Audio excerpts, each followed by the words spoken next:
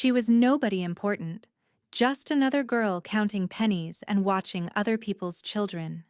Her name was Jeanne Bennett, and on a warm Tuesday afternoon in late September, she made a choice that would shatter her anonymous, ordinary existence.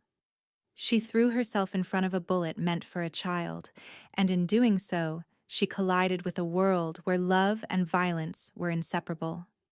The man whose daughter she saved was Jackie Diggory, a figure whose very name commanded silence in rooms full of powerful men. What Jeanne didn't understand, as the pain bloomed hot and terrible across her ribs, was that her act of selfless courage had just written her name into a story she could never escape.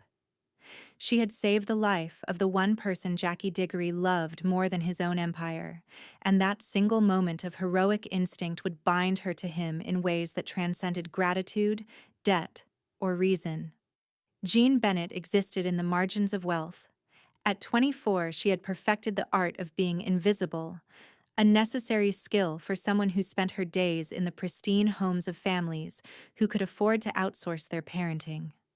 She was small, slight, with auburn hair she kept pulled back in a practical ponytail, and green eyes that seemed too observant for someone society preferred not to notice. She wore plain clothes, spoke softly, and had learned early that the best babysitters were the ones who blended seamlessly into expensive backgrounds. Her own apartment was a cramped studio in a neighborhood that real estate agents politely called transitional, a place where sirens were the evening soundtrack and the rent still consumed most of her paycheck. She juggled 3 regular families and picked up occasional weekend gigs through an agency that took a generous cut of her already modest earnings. Her dream, the one she harbored in quiet moments before exhaustion claimed her, was to save enough money to finish her early childhood education degree, to transform from hired help into someone with credentials, respect, and a future that extended beyond other people's homes. That dream felt perpetually distant, always just out of reach, deferred by every unexpected expense and every month where the work dried up. But Jeanne was patient, stubborn, and possessed of a quiet resilience that her circumstances had forged into something unbreakable. She didn't ask for much from life, just the chance to build something stable, something her own.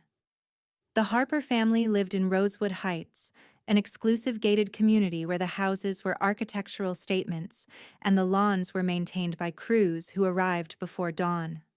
Thomas Harper was a corporate attorney, his wife Jennifer a former model who now devoted herself to charity galas and boutique fitness. Their daughter, 7-year-old Kimberly, was Jean's primary responsibility 3 afternoons a week. Kimberly was a bright, energetic child with dark curls and an infectious laugh, the kind of kid who made the job feel less like work. Jeanne had been with the family for 8 months, long enough to earn Kimberly's trust and the parents' comfortable indifference. They paid well, always on time, and rarely asked questions beyond whether Kimberly had finished her homework. It was a good situation, stable, and Jeanne protected it carefully. That Tuesday afternoon, Jeanne had picked Kimberly up from the private academy she attended, a pristine institution with ivy-covered walls and a tuition that exceeded Jeanne's annual income. They had stopped at the small park adjacent to the school, a landscaped green space where other nannies and babysitters gathered while their charges burned off energy before the structured homework hours.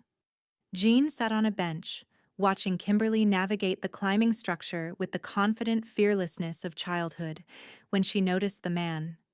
He was standing near the edge of the park, partially obscured by an oak tree, and something about his stillness felt wrong. His focus was too intense, his posture too rigid. Jeanne's instincts, honed by years of vigilance in unpredictable neighborhoods, began to hum with warning. She stood slowly, her eyes never leaving the figure, and called Kimberly over with a casual tone that masked her growing unease. Kimberly, always responsive to Jeanne's requests, began making her way down from the structure. That's when Jeanne saw the second man, emerging from a parked sedan with dark-tinted windows. He moved with purpose, his hand reaching inside his jacket. The recognition was instant and terrifying. This wasn't random. This was targeted. Jeanne's mind raced through possibilities, trying to understand why anyone would target a 7-year-old girl in a public park. Then she remembered something Jennifer Harper had mentioned casually weeks ago, a comment about Thomas handling a sensitive case, something involving powerful people and serious accusations. The connection formed with horrible clarity. Kimberly wasn't just a child. She was leverage. The man's hand emerged from his jacket holding a compact black pistol, the metal catching the afternoon sunlight. Time seemed to fracture, each second stretching into something elastic and surreal. Kimberly was still several feet away, oblivious, smiling at Jeanne with complete trust. The man raised the weapon, his arm extending with practiced precision.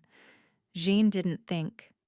Thinking would have meant hesitation, and hesitation would have meant watching a child die. She launched herself forward, her body moving on pure instinct, crossing the distance between herself and Kimberly in 3 desperate strides. She wrapped her arms around the little girl and twisted, putting her own body between the child and the threat. The sound of the gunshot was sharper than she expected, a crack that seemed to split the world. The impact came a fraction of a second later, a punch of white-hot agony that exploded across her left side, just below her ribs. Jeanne's legs buckled, but she held on to Kimberly, pulling them both down to the ground, using her falling weight to shield the child completely. The park erupted into chaos. Parents screamed, children scattered. Someone was shouting about calling the police. Jeanne heard car doors slamming, tires squealing, the gunman fleeing. But all of that felt distant, muffled, as if happening in another dimension. Her entire focus narrowed to the pain radiating from her side and the need to keep Kimberly safe. She could feel warmth spreading beneath her shirt, the sticky heat of blood soaking through fabric. Kimberly was crying, terrified but unharmed, her small body trembling beneath Jeanne's protective embrace. Jeanne tried to speak, to reassure her, but her voice came out as a weak rasp. Her vision began to blur at the edges, darkness creeping in from the periphery. She heard Kimberly calling her name, felt small hands on her face, and then other hands, adult hands, pulling Kimberly away, checking Jeanne's wound, applying pressure. Someone was telling her to stay awake, to hang on, that help was coming. She tried to comply, tried to focus, but the pain and the shock were overwhelming. Her last conscious thought before the darkness claimed her was a simple, defiant one. Kimberly was safe. Whatever happened now, Kimberly was safe. The world went black, and Jeanne Bennett's ordinary life ended. She woke in increments, consciousness returning in fragments. First, the beeping of monitors, steady and rhythmic. Then the antiseptic smell, sharp and medicinal. Finally, the pain, a deep throbbing ache in her side that made breathing an exercise in careful control. Jeanne's eyes fluttered open to harsh fluorescent lighting and white ceiling tiles. A hospital. She was in a hospital. Memory returned in a rush. The park, the gun, Kimberly. She tried to sit up, panic flooding her system, but a firm hand on her shoulder gently pressed her back down. A nurse, middle-aged with kind eyes, leaned into her field of vision. "Easy, honey. You're safe. You're at Mercy General. You were shot, but you're going to be fine." The bullet passed through, missed everything vital. You were very lucky. Lucky. The word felt absurd. John's throat was dry, her voice barely a whisper. "Kimberly, the little girl. Is she okay?" The nurse's expression softened. "She's perfectly fine. Not a scratch on her, thanks to you. You're a hero, sweetie." Jeanne closed her eyes, relief washing over her so powerfully it brought tears. Kimberly was safe. That was all that mattered. The nurse continued, her tone shifting slightly, becoming more careful.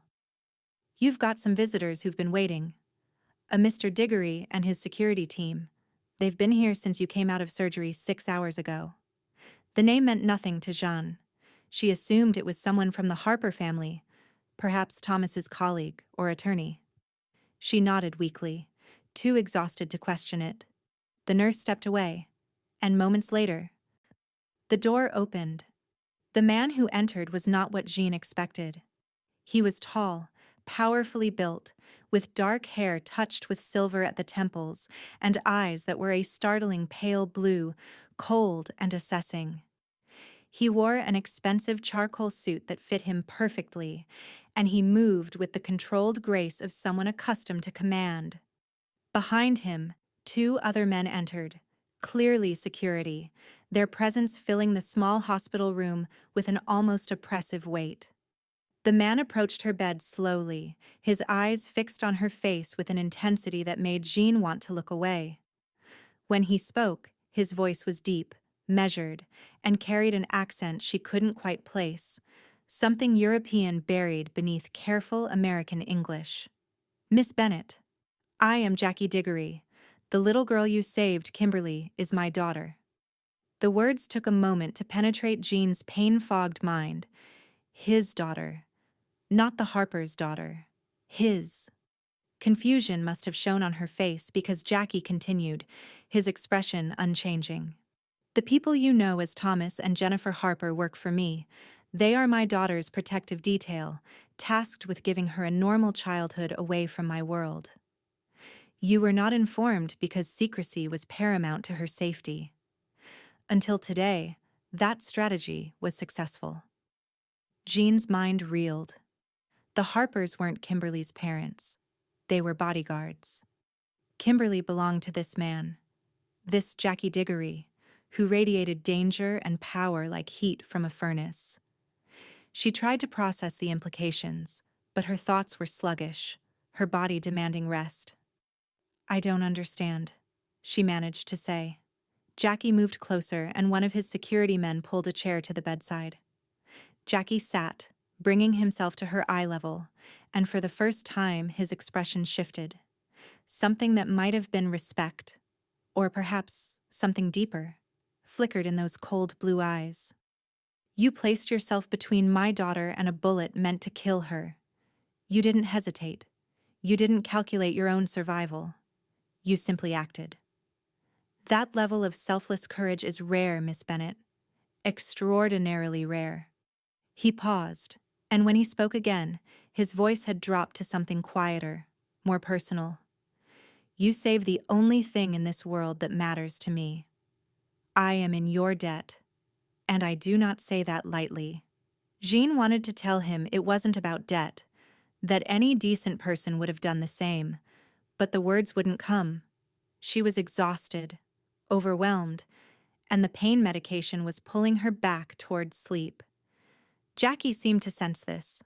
"Rest now," he said, standing. "Your medical care is being handled. All expenses, everything. You will want for nothing during your recovery. We will speak again soon." He turned to leave, but paused at the door, looking back at her with an expression she couldn't read. "Thank you, Jeanne," he said simply. Then he was gone, his security team following like shadows, leaving Jeanne alone with her confusion and the steady beep of the heart monitor. She closed her eyes, too tired to make sense of any of it, and let sleep reclaim her. When she woke again, it was evening. The light through the window had shifted to a deep amber, and a different nurse was checking her IV. Jeanne felt more alert now, the fog of anesthesia lifting. She took stock of her situation. She had been shot protecting a child who wasn't who she thought. The child's father was someone powerful enough to maintain an elaborate cover story and command a security team. And now she was caught in something far beyond her understanding. Over the next 3 days, Jeanne remained in the hospital, healing under the watchful supervision of medical staff who were clearly being paid very well to ensure her comfort.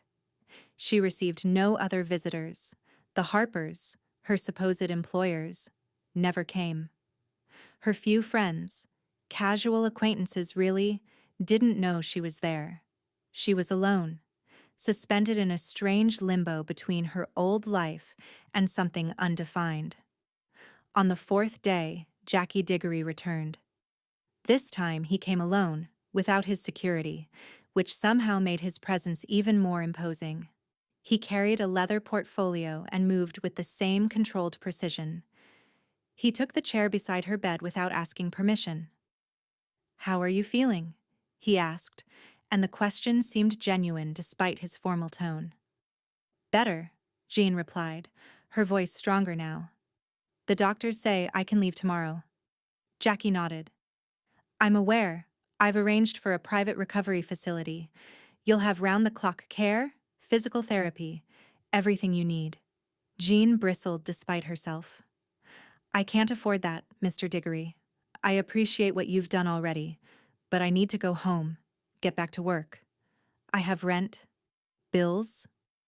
Jackie's expression didn't change, but something in his eyes sharpened. "You no longer have rent, Miss Bennett. I've purchased the building your apartment is in and dissolved your lease. Your belongings are being moved to a secure residence as we speak.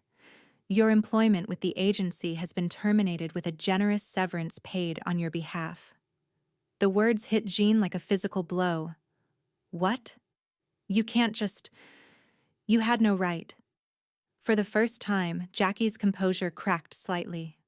A hint of steel entered his voice. "I have every right. You nearly died protecting my daughter. That creates an obligation, Miss Bennett. Moreover, the people who targeted Kimberly may target you as well, simply because you interfered. Your old life, your small apartment in a neighborhood with no security, your public transportation routes, all of it makes you vulnerable. I will not have your death on my conscience because I failed to protect you after your sacrifice." Jeanne stared at him, anger and fear warring in her chest. "So what am I supposed to do? Just accept that you've dismantled my entire life?" Jackie leaned forward, his pale eyes holding hers with uncomfortable intensity. "I am offering you a choice, Jeanne. You can accept my protection, live in safety and comfort while you recover, and then we will discuss your future. Or you can refuse, and I will respect that decision. But understand that if you refuse, you will be refusing the only real security available to you." The threat against Kimberly was orchestrated by people with long memories and longer reach. Jeanne felt trapped, cornered by logic she couldn't refute, and circumstances she hadn't chosen. She looked away from those penetrating eyes, her hands twisting the hospital blanket. "And if I accept? What does that mean exactly?" "It means you will live in a property I own, under the protection of my security team. You will heal. You will be compensated for your time and your sacrifice. And when you are recovered, we will discuss what comes next, what you want, what you need. I am not a jailer, Jeanne. I am a man repaying a debt." The sincerity in his voice surprised her. She looked back at him, searching his face for deception and finding only a strange intensity, something that went beyond mere obligation. "Kimberly has asked about you every day," Jackie said quietly. "She calls you her guardian angel. She wants to see you, to know you're all right. Would you deny her that?" The invocation of Kimberly was calculated, Jeanne knew, but it was also effective. She thought of the little girl, her bright smile and infectious laugh. She thought of how terrified Kimberly must have been, how confused. "All right," Jeanne said finally, the word feeling like surrender. "I'll accept your help. But this is temporary, Mr. Diggory. I'm not someone who needs to be taken care of permanently." Something flickered in Jackie's eyes, something that might have been amusement or approval. "Noted. Miss Bennett? Temporary." He stood, extending his hand. She took it, his grip firm and warm, and for a moment, they simply held that connection, two people bound by violence and consequence, neither yet understanding the true depth of what had begun. The recovery residence was not what Jeanne expected. She had imagined something clinical, institutional. Instead, the car, a sleek sedan with bulletproof glass and a silent driver, delivered her to a beautifully restored historic home in the city's most exclusive neighborhood, Ashford Hill. The house was 3 stories of red brick and white columns, surrounded by manicured gardens and a wrought iron fence that was more elegant than imposing. Inside, the decor was understated luxury, hardwood floors, tasteful artwork, comfortable furniture that invited use rather than merely existing for show.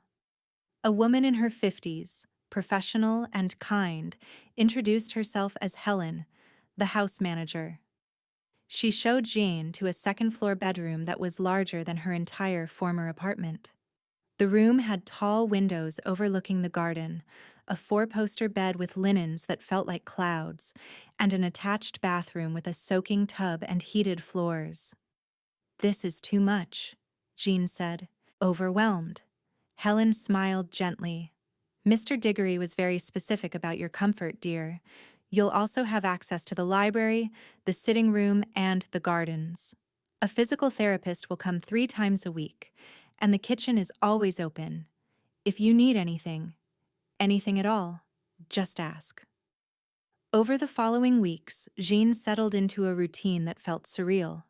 She woke to sunlight streaming through silk curtains, ate meals prepared by a chef who somehow knew exactly what she craved, and worked through painful but necessary physical therapy sessions.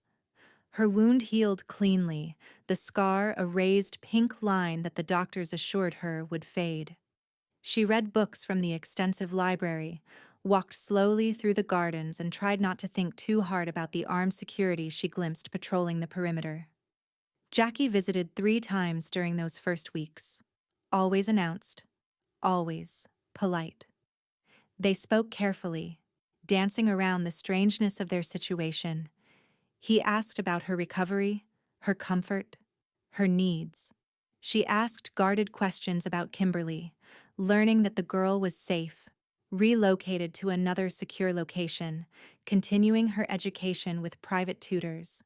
Their conversations were formal, restrained, 2 people circling each other warily.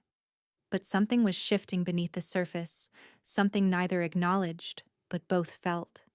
Jeanne caught Jackie watching her sometimes, his expression unguarded for brief moments, revealing something raw and complicated. She found herself thinking about him at odd hours, wondering about the man beneath the controlled exterior, the father who would dismantle a young woman's life simply to keep her safe. In her 5th week of recovery, Kimberly came to visit.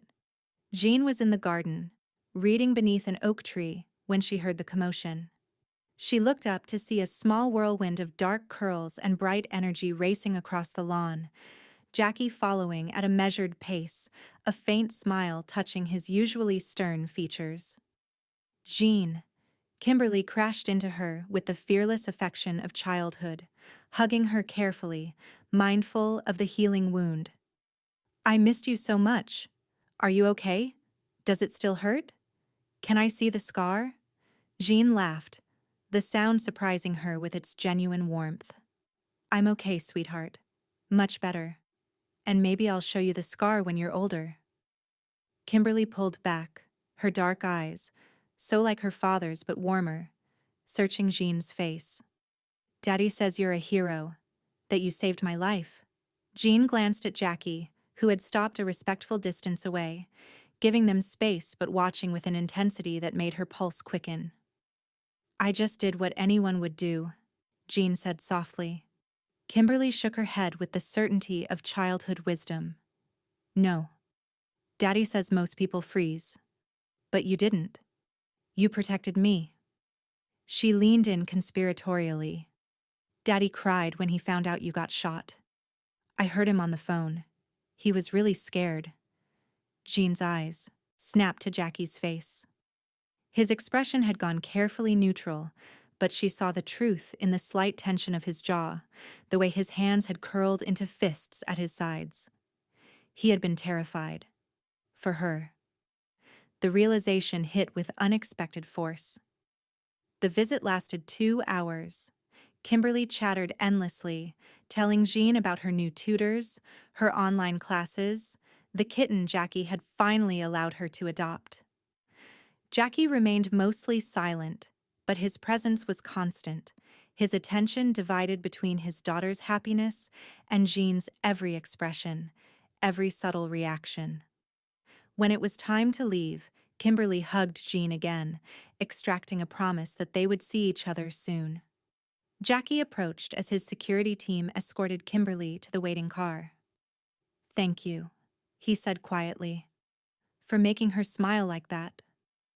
She's been worried about you." "You didn't have to bring her," Jeanne replied, meeting his gaze. "You could have kept us separated." Jackie's pale blue eyes held hers, and for a moment, the careful distance between them seemed to collapse. "She loves you, Jeanne, and I never deny her what she loves." The words hung in the air between them, layered with meaning. Then he turned and walked away, leaving Jeanne standing in the garden, her heart racing with something that had nothing to do with fear. That night, alone in her luxurious borrowed room, Jeanne admitted to herself what she had been avoiding for weeks. She was falling for him. For Jackie Diggory, the dangerous man who had upended her life, the powerful figure who commanded empires she couldn't begin to understand. It was absurd, impossible, and absolutely undeniable. The realization terrified her more than any bullet ever could. She didn't know what Jackie Diggory really was, what darkness he controlled, what violence he commanded. But she knew how he looked at his daughter.